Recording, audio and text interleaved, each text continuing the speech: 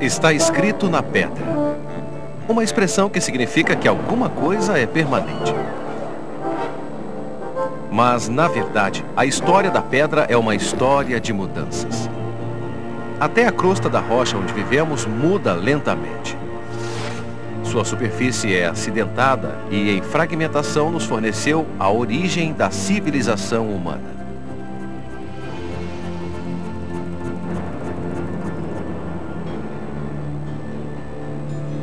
Rochas, minerais, cristais, pedras preciosas. Nós os usamos, trabalhamos com eles, andamos neles. Nós até os adoramos.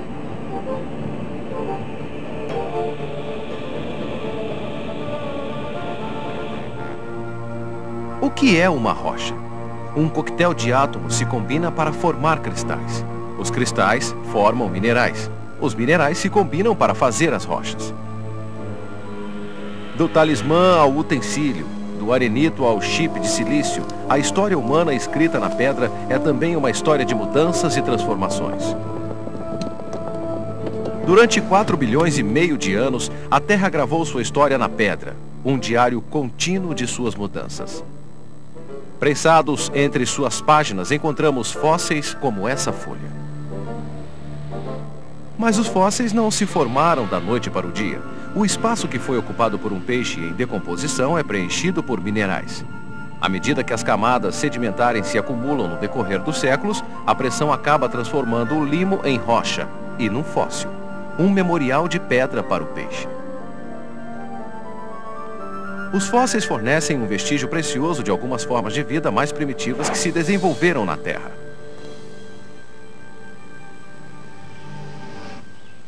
A permanência da pedra e a altura das montanhas sempre inspiraram temor e respeito.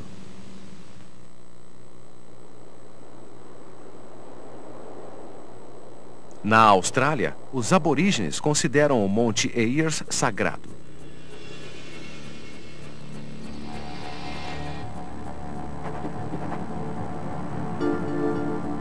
Enquanto algumas rochas eram veneradas, outras eram usadas. Utensílios simples de pedra têm sido encontrados em sepulturas humanas antigas. Machados de pedra datam de 700 mil anos.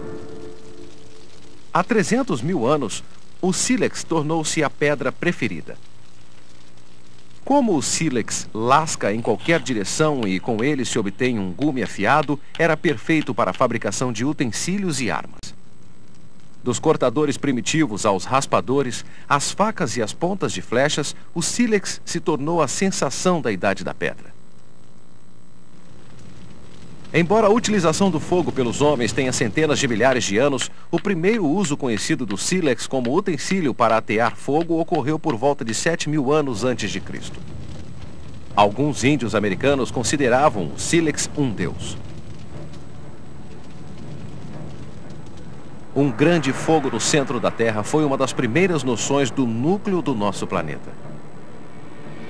Hoje sabemos que o centro da Terra tem um núcleo interno sólido com cerca de 1.300 quilômetros de diâmetro. O núcleo interno está cercado por um núcleo externo liquefeito, o qual por sua vez é rodeado pelo manto sólido. Encerrando tudo está a crosta da Terra, o envoltório rochoso na qual vivemos. Mesmo com a tecnologia mais moderna, podemos perfurar apenas alguns quilômetros da crosta. Só a sua superfície que é cheia de mistérios de pedra.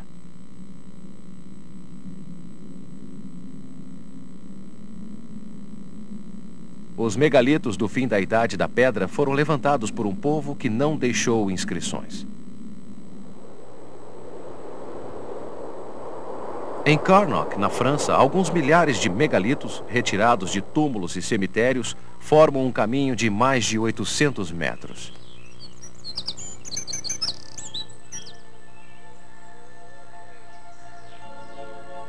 Dizem que o povo que ergueu essas pedras acreditava que as almas dos mortos gostavam de sair para tomar ar.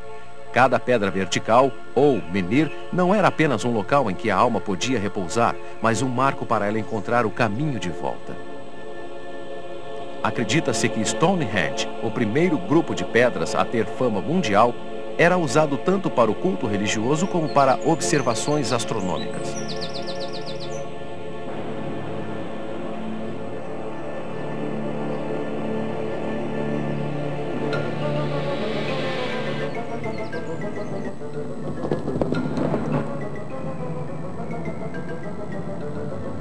Como qualquer rocha com alguns bilhões de anos de existência, a superfície da Terra também se desgastou. Mas forças que partem de dentro também moldam a crosta da Terra. O intenso calor interno da Terra empurra e faz pressão na crosta. O magma é uma massa mineral de rocha em ebulição que pode forçar lentamente para cima, formando montanhas, ou explodindo superfície da Terra em erupções vulcânicas. A crosta da Terra é como uma armadura apertada. Em alguns lugares, as placas se separam, deixando fendas profundas. Embora leve milhões de anos, duas placas que se pressionam podem se levantar, formando cadeias de montanhas.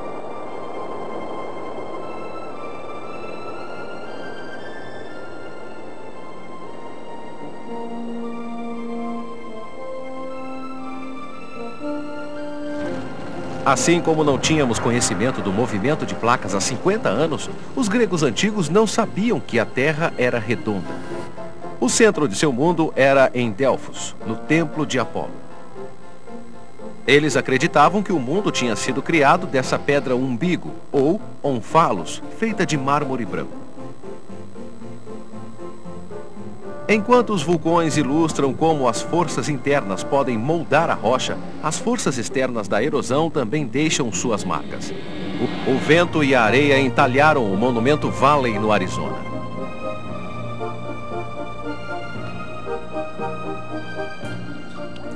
A água da chuva, na verdade um ácido fraco, pode dissolver os minerais na superfície de uma rocha.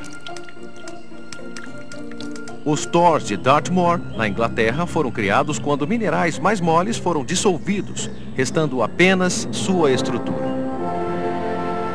A escavação pela água mais famosa está no Grand Canyon. Penetrando nas camadas de arenito e de calcário, o Rio Colorado escavou quase 2 quilômetros na crosta da Terra, expondo rochas e fósseis depositados há 4 bilhões de anos. Poucos lugares da Terra revelam tanto a respeito da história do planeta.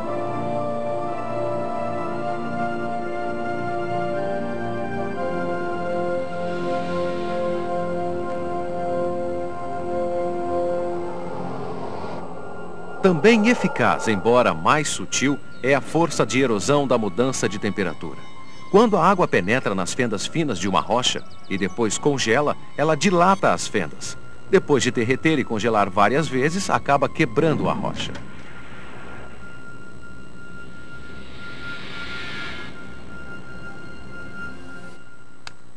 Usando uma pedra para quebrar um ovo de avestruz, esse abutre egípcio demonstra que a espécie humana não é a única que usa pedras.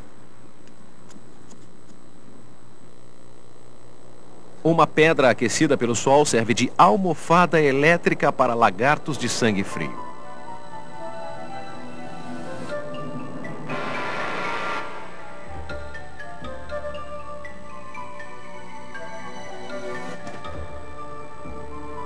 As aves não têm dentes para mastigar sua comida. Por isso engole os grãos inteiros que depois são triturados pelas pedras da moela.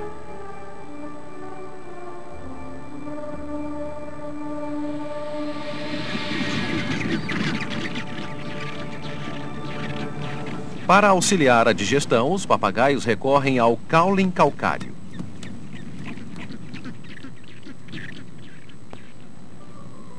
Usamos caule em cerâmica, no papel e para dar à pintura um acabamento fosco.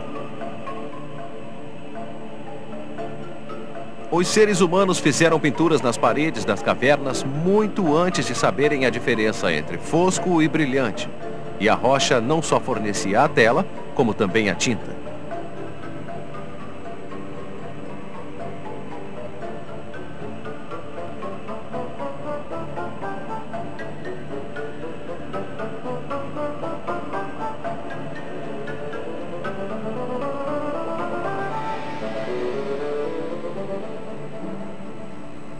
As primeiras tintas foram feitas de argila e minerais como greda e hematita, que eram pulverizadas e misturadas com gordura animal. Mas qual é a diferença entre uma rocha e um mineral? Os minerais são puros, sólidos e definidos por uma fórmula química característica. As rochas, como biscoitos de chocolate, são uma combinação de muitos minerais. Ao contrário dos biscoitos, os minerais são reciclados constantemente. O ciclo das rochas os recombina em 3 tipos distintos de rocha. Quando os minerais existentes no magma esfriam e endurecem, eles se tornam rocha ígnea, do latim para fogo. Os minerais das rochas ígneas são transportados pelo vento e pela água. Esse sedimento é depositado, comprimido e consolidado numa rocha sedimentar. A rocha sedimentar endurece sob mais pressão e se metamorfoseia em rocha metamórfica, que finalmente volta a ser magma. O calcário, uma rocha sedimentar comum, pode até conter conchas incrustadas. As cavernas de calcário são escavadas pela água que dissolve a cal do calcário. A água que pinga, redepositando a calcita e a cal, cria estalactites e estalagmites. As estalagmites se formam para cima. As estalactites se formam para baixo. Quando se encontram, chamam-se tubos de órgão. Essas cavernas de calcário em Trulli, na Irlanda, se formaram quando os minerais mais moles se dissolveram, deixando passagens e galerias submarinas para serem exploradas.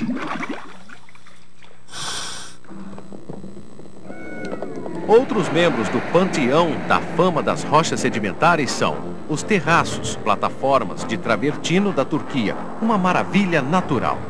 As pirâmides do Egito, monumentos de calcário. A Catedral de Notre-Dame em Paris, outro esplendor em calcário.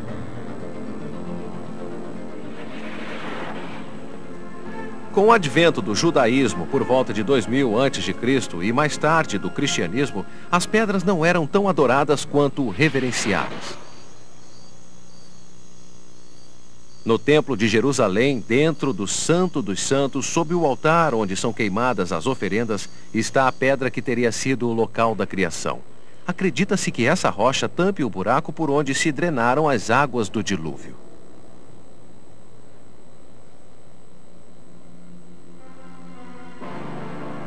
Metamórfica significa mudança, que é exatamente o que ocorre quando a argila xistosa sedimentar, submetida à pressão e ao calor da formação da montanha, se transforma em ardósia, uma rocha metamórfica. Quando a rocha é comprimida e dobrada, como o pão quando é sovado, os minerais dentro dessa rocha se recristalizam.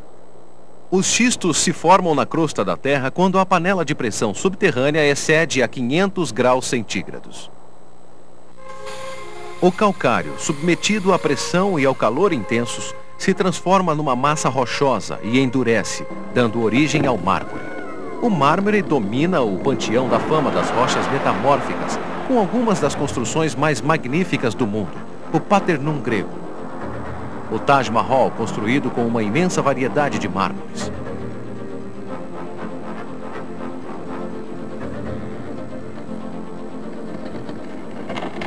Estátuas de mármore famosas são metamórficas e hipnotizantes. A ardósia merece menção especial, pois, usada nos quadros negros, é responsável por mais conhecimento do que qualquer outra rocha metamórfica. Enquanto que a ardósia pode ser considerada a pedra do conhecimento na cristandade, a pedra da fé inabalável sustenta a cidade de Deus. Supõe-se que a Basílica de São Pedro, no Vaticano, tinha sido construída sobre a sepultura do apóstolo Pedro. Seu nome vem da palavra grega Petros, que significa pedra. Pedro simboliza o solo inalterável sobre o qual a igreja foi edificada.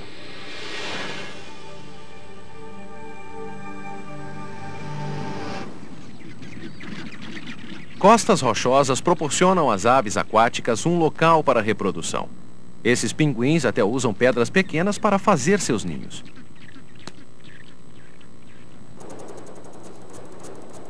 Essa espécie de canguru da Austrália prefere viver nas pedras.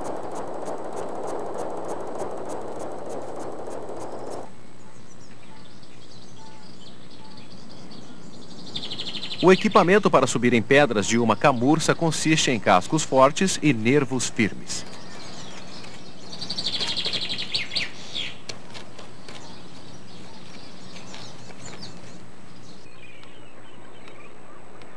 Essa pedra equilibrada na barriga de uma lontra do mar é perfeita para abrir mariscos.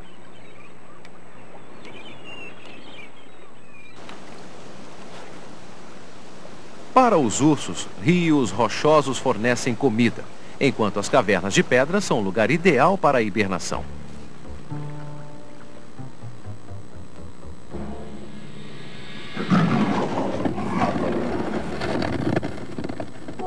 Ígneo significa nascido do fogo. A rocha ígnea mais comum é o granito. Todos os granitos são uma combinação de 3 minerais: quartzo, feldspato e mica. O interior da Terra é predominantemente de rochas ígneas, feitas de 2 maneiras. Rochas extrusivas, como o basalto, se formam quando a lava é empurrada para a superfície e resfria. Rochas intrusivas solidificam-se dentro da crosta e, como o pão de açúcar, no Brasil são expostas pela erosão. O panteão da fama das rochas ígneas contém rochas famosas, nascidas do fogo, como a Pedra de Roseta, feita de basalto preto. Um Buda do Sri Lanka de 13,5 metros esculpido em granito local. E as cabeças dos presidentes dos Estados Unidos no Monte Rushmore entalhadas no granito da montanha. Algumas rochas até vêm do espaço cósmico. Cerca de 19 mil meteoritos do tamanho de maçãs ou maiores bombardearam a Terra todos os anos. Canyon Diablo, Arizona. Um meteorito pesando 15 mil toneladas abriu uma cratera com 1,25 quilômetros de diâmetro.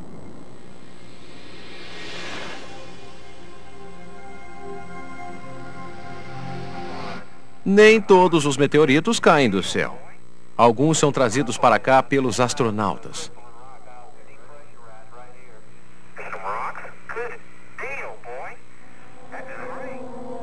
Um meteorito é venerado em todo o mundo islâmico. A Pedra Negra na Kaaba, em Meca. De acordo com a tradição, ela foi dada a Adão quando este foi expulso do paraíso. Originalmente branca, a pedra teria escurecido por causa dos pecados do mundo.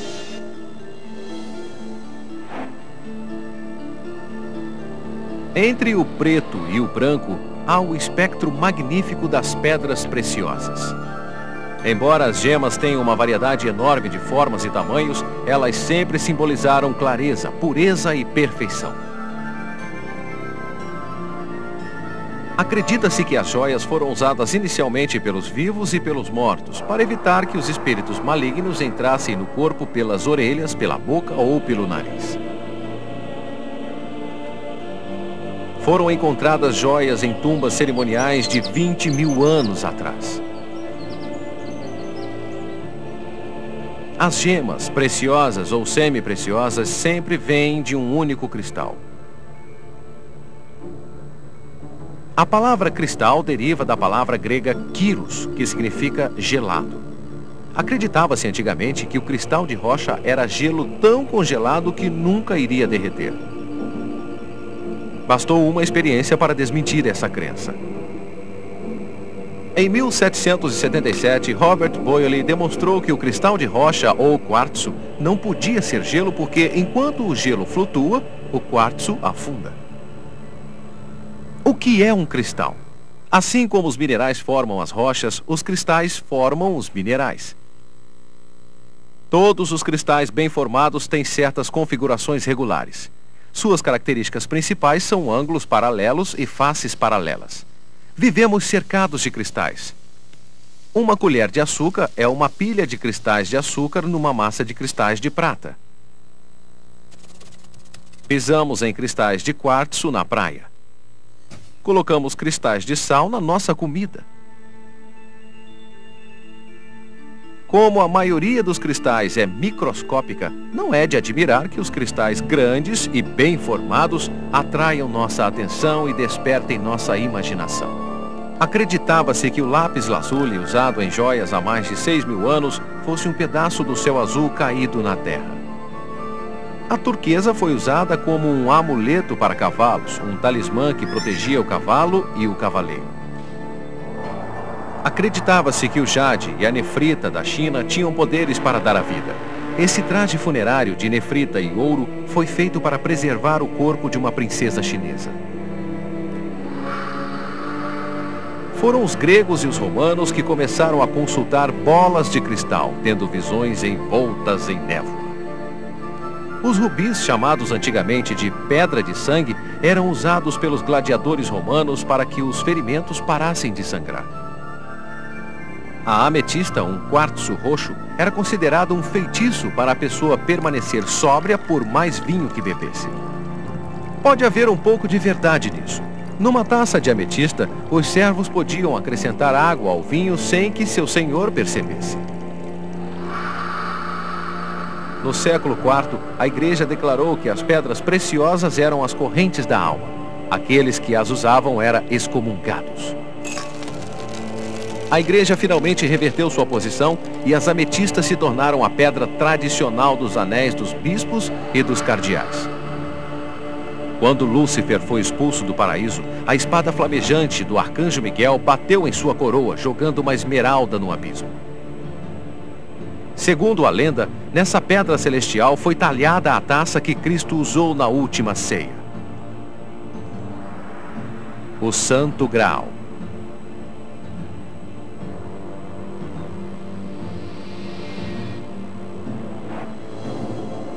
Dizem que algumas gemas não trazem sorte. Quando a peste negra devastou a Europa, os venezianos notaram que as opalas tornavam-se brilhantes quando quem as usava pegava a doença e embaçadas quando morria. Na verdade, a mudança de temperatura altera a cor das opalas. A rocha mais dura de todas é o diamante. Seu nome pode ter vindo da palavra Dil, do sânscrito, uma divindade luminosa.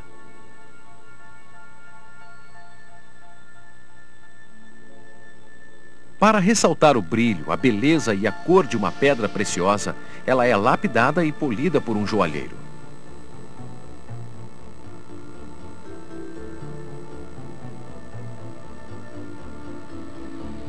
Os diamantes nem sempre são o melhor amigo da mulher. Em 1442, Agnes Sorel se tornou a primeira plebeia a infringir a lei francesa que estabelecia que somente a realeza podia usar diamantes. O fato de ela ser amante do rei ajudou. Napoleão usou o diamante regente na sua espada, acreditando que ele o tornaria invencível. Ele devia ter ido para Waterloo com um diamante falso. O mineral que causou mais sofrimento do que qualquer outro é o grande corruptor, o ouro. Os egípcios já trabalhavam com o ouro há mais de 5.000 anos. A febre do ouro é tão antiga quanto a cobiça. Do rei Midas, que transformava em ouro tudo o que tocava, aos conquistadores espanhóis que saquearam a América Central e a América do Sul atrás do ouro. A corrida para a Califórnia em busca de ouro em 1849. O Buda de ouro de Bangkok pesa 5,5 toneladas, o suficiente para fazer 300.000 alianças. O ouro simboliza um futuro brilhante, nunca obscurecido pelo tempo. Como não embaça, o ouro foi associado à vida eterna.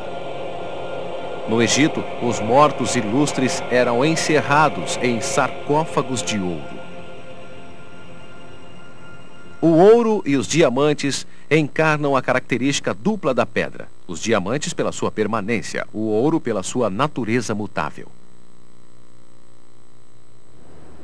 Enquanto as pedras preciosas nos enfeitam, construímos nosso mundo com as matérias-primas que a natureza fornece.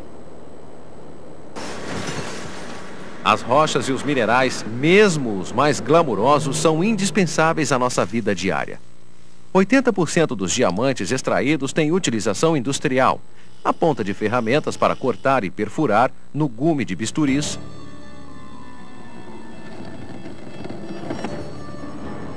Já o mercúrio, o metal líquido, dá a temperatura.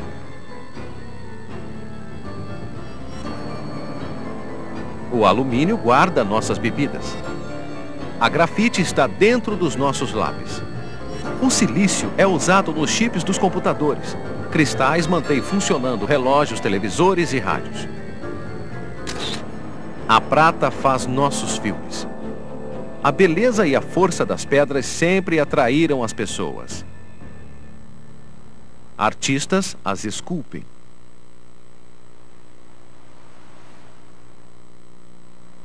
Os excursionistas as amontoam no alto das montanhas para trazer boa sorte. O trono da coroação na Inglaterra fica em cima da pedra de Scone, escocesa, simbolizando que quem governa a Inglaterra também governa a Escócia.